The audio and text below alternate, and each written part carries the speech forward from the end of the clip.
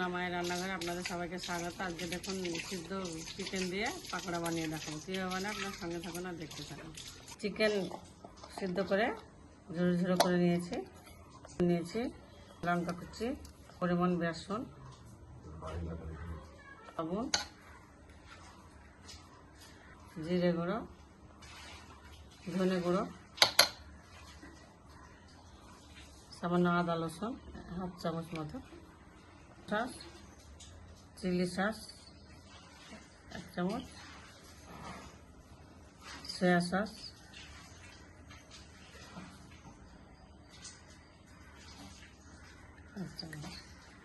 সব কিছু ভালো দেবো। নিয়েছি, তেল গরম হয়ে গেছে, তেলে দিয়ে দেবো।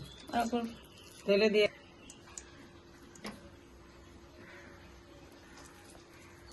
তেলের মধ্যে ভেজে নেব উল্টে পাল্টে। হয়ে গেছে, তুলে নেব চিকেন পাকোড়াটা।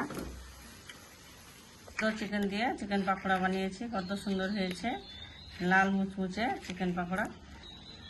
ভালো লেগে থাকে অবশ্যই লাইক কমেন্ট শেয়ার করবেন। আমার সোনামায়ের রান্নাঘরটাকে সাবস্ক্রাইব করে দেবেন।